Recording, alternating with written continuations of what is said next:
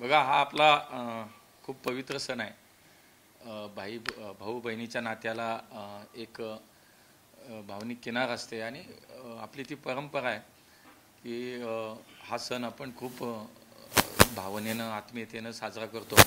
तसंच आहे आणि मंत्री असो अथवा नसो, शेवटी नात्यामध्ये काही त्याच्यामध्ये कमी येत नाही. त्यामुळे दरवर्षी सारखाच सण आहे. दरवर्षी सारखीच आमची बहीण आली आहे, राखी बांधती आहे. नेहमी जशी उत्सुकता असायची लहानपणापासून की ह्यावेळेस कसली राखी आणते ती बघायची उत्सुकता असायची. चांगली आणते, आपल्याला आवडणारी आणते. तसं आजही बघितलं कसली राखी आणली ती.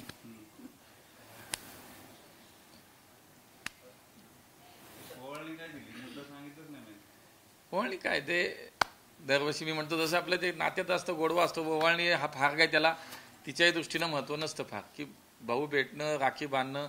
ओवाळणी आहे ती दिली.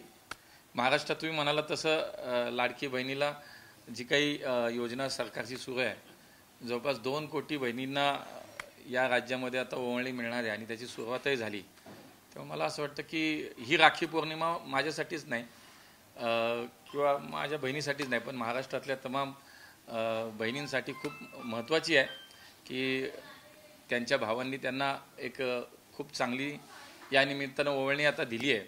आणि पुढच्या काळामध्ये या महाराष्ट्रातली आमची महिला ही स्वावलंबी झाली पाहिजे, आत्मनिर्भर झाली पाहिजे, ती सक्षम झाली पाहिजे. या दृष्टीनं हे खूप महत्त्वाचं मला वाटतं. पुण्याचे खासदार म्हणून तुमच्या मतदारसंघातल्या बहिणींना काय सांगाल आज रक्षाबंधन? शेवटी या शहराचा प्रतिनिधी म्हणून हेच आहे की या शहरातल्या माझ्या बहिणींना मी हे सांगेल की आपण शेवटी या शहराचे नागरिक म्हणून एक आपल्या या शहराची संस्कृती परंपरा ही तर जपतोच आहे, पण शेवटी या शहराची एक स्त्री शक्ती, महिला शक्ती म्हणून सुद्धा हा भाऊ कायम आपल्यासोबत राहील. जे जे काही आपल्या मनातल्या इच्छा असतील, आपल्या मनातल्या भावना असतील, किंबहुना या शहराच्या संदर्भातल्या विकासाच्याही कल्पना असतील, ते एक भाऊ म्हणून निश्चित आपल्यासोबत मी कायम आहे.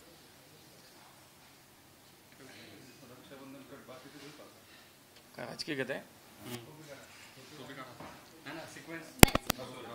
हा, तुम्हाला काय घ्यायचं ते काय? काल पुण्यात प्रचंड पाऊस झाला. पुणे स्टेशनला गुडघाभर पाणी तुंबलेलं होतं आणि टीका केली जाते या सगळ्या सातत्यानं. तासाभराच्या पावसात पुण्यातल्या रस्त्यांची परिस्थिती खराब होते, नद्यात रूपांतर होतं आणि नागरिकांचे प्रचंड हाल होतात. हे थांबणार आहे का? काल पुण्यात काही परिसरात ढगफुटी झाली आणि आपल्याही सगळ्या चॅनेल्सला किंवा आजही सगळ्या प्रिंट मीडियाला जर आपण पाहिलं तर पुण्यामध्ये ढगफुटी झाली. अशा प्रकारच्या बातम्या सगळ्यांनी आपणही दिलेल्या आहेत. वास्तव हेच आहे की पुण्यामध्ये 1 तासात जर 55 मिलीमीटरच्या वरती पाऊस पडला 1 तासात तर आपण त्याला ढगफुटी म्हणतो. काल जवळपास 100 मिलीमीटरच्या वरती पाऊस 1 तासात झाला आणि त्यामुळे काही ठिकाणी पाणी नक्की साठलं. तुम्ही कुठेही गेलात तरी नक्की ह्याच प्रकारची परिस्थिती निर्माण झाली असती, पण याचा अर्थ ती जबाबदारी झटकण्यासारखं नाही. मी मागेही सांगितलं की मागच्या 5 वर्षात ज्या वेळेला आम्ही सत्तेत होतो या शहरातल्या पुराच्या संदर्भातल्या अनेक चांगल्या उपाययोजना आपण केल्या. आंबिलवड्याचा प्रसंग आपल्याला आजही माहिती असेल की त्यावेळेला मनुष्यहानी झाली, वित्तहानी झाली, पण जे काही आम्ही 2-3 वर्षात मागच्या काम केलं, ज्यावेळेला आता तर 2 वर्ष प्रशासक आहे, त्याच्या अगोदर जेव्हा आम्ही काम केलं, इतका पाऊस झाल्यानंतर सुद्धा आंबिलवड्याच्या परिसरात एकही दुर्घटना झाली नाही. याचा अर्थ आम्ही त्याच्यावरती खूप चांगलं काम केलं. मध्यंतरी जो पाऊस आला, जो धरण साठ्यामध्ये प्रचंड पाऊस पडला, त्याचा परिणाम म्हणून नदीतलं पाणी सोडलं गेलं आणि नदीच्या आजूबाजूच्या परिसरात पाणी घुसलं. जवळपास 50,000 क्युसेकच्या वरती पाणी सोडलं गेलं. नागरिकांना त्यावेळी सांगितलं गेलं नव्हतं. तो एक प्रकार आहे. शहरामध्ये 117 असे स्पॉट आहेत की जिथे वारंवार पाऊस जास्त झाल्यानंतर असे प्रकार घडतात.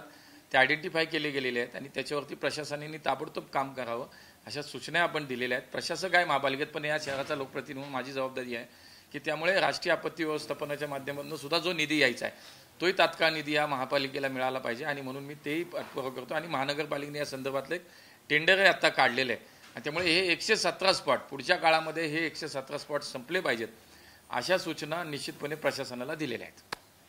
विधानसभेच्या निवडणुका लांबवल्या जात आहेत अशी टीका महायुती सरकारवरती केली जाते राज्यातल्या, कारण त्यांना लाडकी बहीण योजनेचा फायदा देऊन मतं मिळवायची आहेत. त्याच्यामुळे 1 महिना ही निवडणूक लेट करून. मला वाटत नाही असं काही. कारण त्याचं असं आहे की शेवटी दिलेल्या वेळेत निवडणूक आयोग त्यांचं काम करत असते. निवडणूक आयोग एक स्वतंत्र एक व्यवस्था आहे.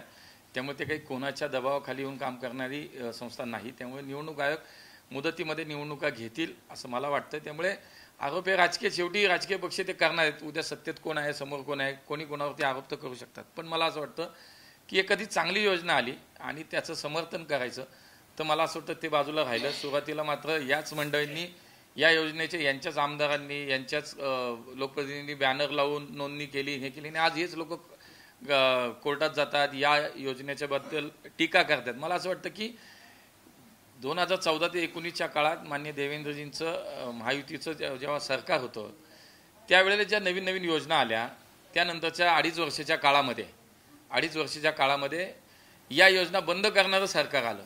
त्यांनी फक्त मागच्या सरकारच्या योजना बंद करायचं काम केलं.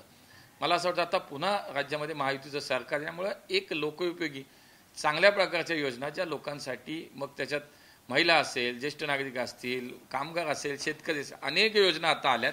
आणि मला असं वाटतं त्यातली एक चांगली योजना जी आहे की आमच्या या महाराष्ट्रातल्या भगिनींना, मातांना आर्थिकदृष्ट्या सक्षम करणं, त्यांना आत्मनिर्भर करण्यासाठी म्हणून ही चांगली योजना आहे. मला असं वाटतं की त्याच्यात आरोप प्रत्यारोप तर होत राहतील, पण ती योजना आहे ती पूर्ण झाली पाहिजे.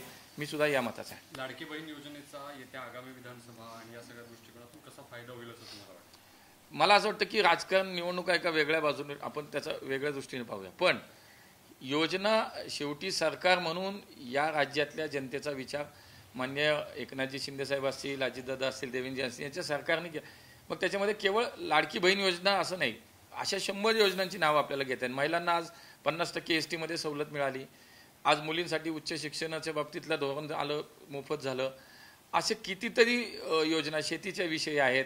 केंद्राच्या योजनेला राज्याची योजना जोडून त्याला महिन्याला परत त्याच्यामध्ये राज्य सरकारने सुद्धा शेतकरी सन्मान योजनेला त्याला राज्य सरकारनं पाठिंबा दिला. अशा अनेक योजना आल्यात. म्हणून मला असं वाटतं की निवडणूक डोळ्यासमोर ठेवून योजना येत नाहीत, तर शेवटी आपल्याला निवडून दिले, आपण सरकार म्हणून काम करतो, तर आपलं कर्तव्य म्हणून मला असं वाटतं ते पाहिलं जातं त्याच्याकडे, आणि म्हणून हे सरकार खूप चांगलं काम करते.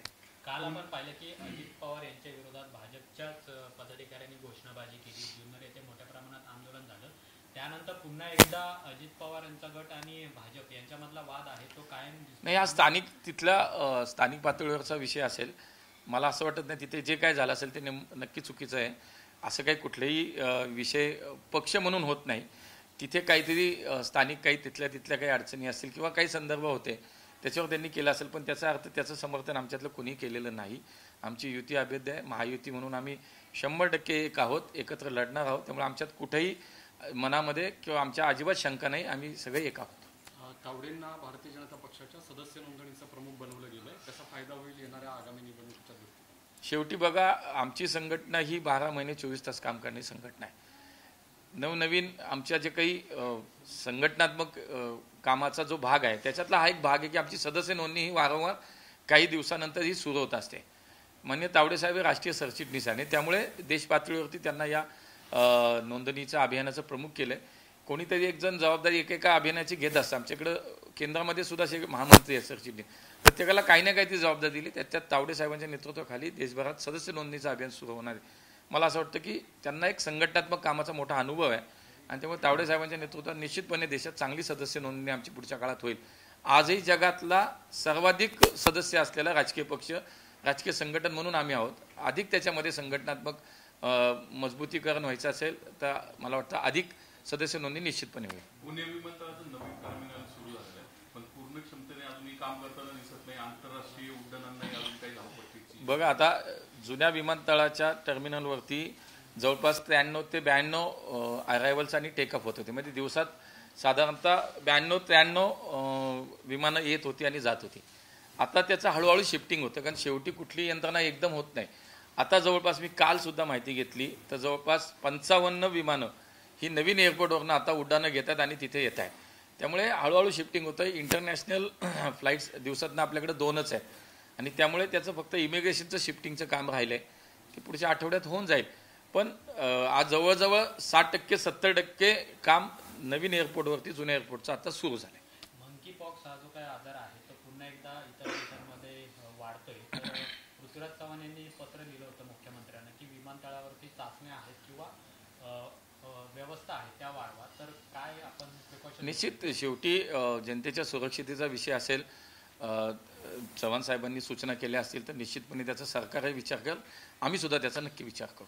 नवाब मलिक हे आता अधिकृतपणे अजित पवार यांच्या पक्षासोबत दिसत आहेत. सुरुवातीला देवेंद्र फडणवीस यांनी अजित पवारांना पत्र दिलं होतं या संदर्भात. त्या भाजपची नेमकी काय भूमिका आहे? शेवटी राज्यातलं राजकारण, राज्यातल्या आमच्या वरिष्ठ नेत्यांची भूमिका, त्यांचं काय म्हणणं आहे ते सांगतील.